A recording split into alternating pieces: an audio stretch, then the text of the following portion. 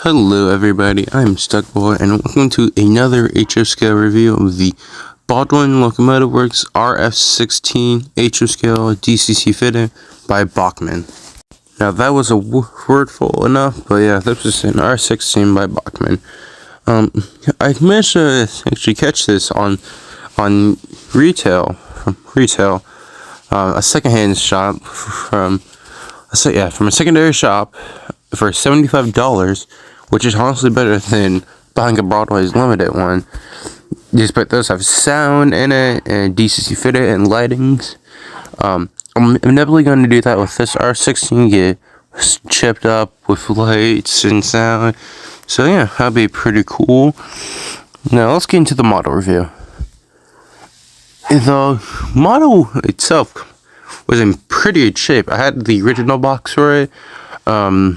The original product date was, I believe, in 2010, I believe, but that's as far as I know. So looking at the trucks on this engine, it was very, very good. I tried to get my camera set up decently where would it like blur, but the truck details are very, very accurate. And I gotta say, I do like this Delaware Hudson paint scheme. I am really looking forward to the new Broadway Limited imports when they get here. I'll talk about those a bit at the end. But the trucks that had pickups on all the way on all four axles, and the silver bogies, I think really makes it shine because I feel like you can see the details. You see the details on the fuel tank and all that. Overall, you get your Bachmann DCC fitted, but overall, very good locomotive. Paint scheme was very accurate. I liked it. The horns, everything, were very good as well. This was just the older Bachmann variants, and I gotta say, this is a pretty hefty locomotive. Pretty heavy, I would say. Yeah. So that's like the vents, fan vents, and everything were good. The rear end looks nice. I can't wait to get like a B or another B unit, an A unit to lash this up with. I want to try to find the 1205, the other preserved R16. But the top looked pretty accurate in the front. I just love the front. I need to get this fitted with lights, everything. So this is my only criticism for the model for running it was like the crawling speed. It barely even crawled. I think this is very common with a lot of the U.S. locomotives, like Bachmann U.S. locomotives, and I don't think it's an issue for the Bachmann's British variants, but this was my attempt at getting it to crawl. It did not go too well, but it did do well, like right over here. But overall, I did have to. It seemed to cut out power, which just me trying to.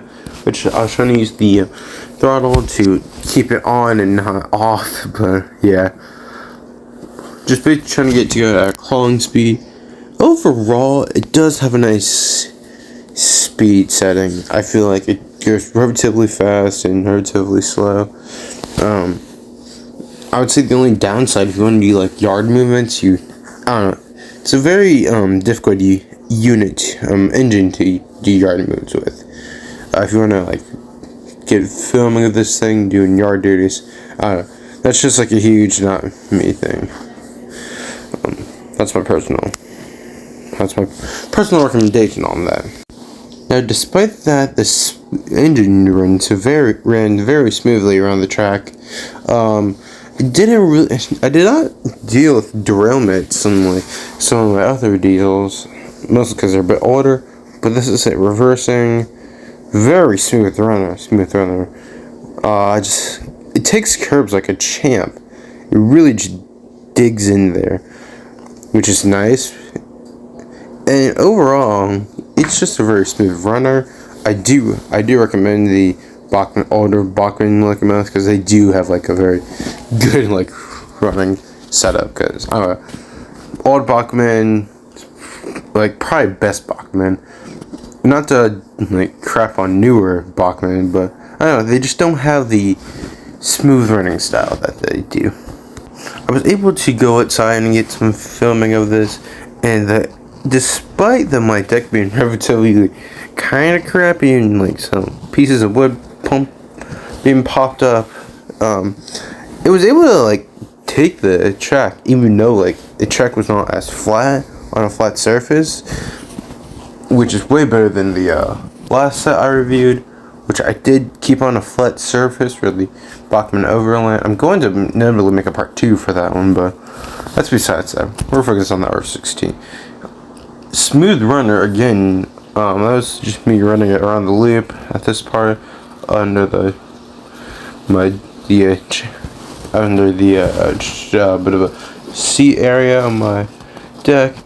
It was pretty good for rocks. I did put rocks in the hoppers and all that, but it was overall a very good locomotive. If I was to recommend this to somebody, DC fitted or non-DCC fitted or DCC fitted, I'd just go for the locomotive. Now, history on the R16s. Now, here's a bit of history on the R16. In 1948, Baldwin applied the new Sharkness style to its cab unit diesels. The goal was to be different from Alco and EMD locomotives. They took inspiration from the Pennsylvania T1 duplex steam locomotive. The engine was 15 feet high, had a height of 15 feet, was about 10 feet wide, and its wheel diameter was 42 inches. It also ran on a B-B wheel configuration, or Bobo, or 4-axle. There was a total of them. Total produced was 160 and built between November 1950 to May 1953. Builders were Baldwin Lima Hamilton Corporation. They had a max speed of 65 miles per hour to 70 miles per hour. Between 65 miles was 60 miles per hour or 70 miles per hour, or 105 kilometers an hour to 110 kilometers an hour, miles per hour.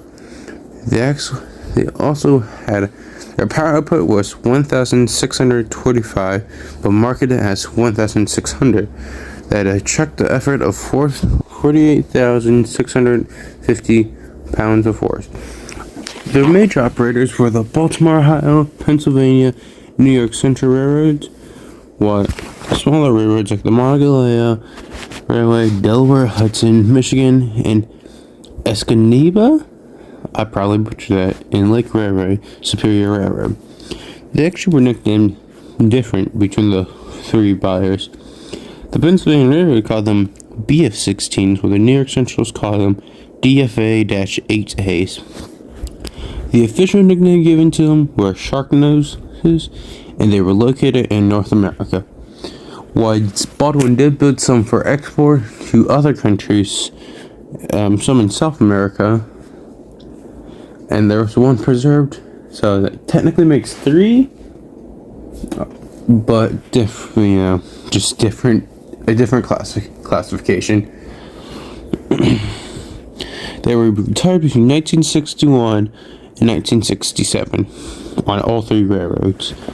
Before 2 were picked up by the Monongahela, a few were picked up by the Monongahela, and 2 were picked up by the Delaware, Hudson, then Michigan Northern Railroad, and then the Lake Superior Railroad, where 2 are preserved at the Lake Superior Railroad. Well, technically stored, but they aren't scrapped. Moving on to Delaware, Hudson, 1205 and 1216. And by August 74, all but 2 Monongahela railway units were to become 1205 and 1216 have been sold for scrap. The final pair were to be scrapped by GE, but were said by the Delaware and Hudson Railroad to purchase both units from the scrap dealer in exchange for an equal value amount of scrap. They were used in freight and passenger service and passenger excursion service until the D&H on the DNH until April 1978. By then, the engines started to fall out of service and started to lose maintenance, became really expensive as parts were hard to find for them. In April, they were purchased by the Hudson Corporation, a locomotive leasing firm. The pair were leased on a Michigan Northern Railway in 1979 before being moved to the Lake Superior Railroad, or the ENLS. 1216 was used for a short time in the mid-1979s, and a picture of it operating near Turner, Michigan. It was used in freight service again in the fall of 1982 after a crankshaft broke. Both 1216 and 1205 were stored on the ELS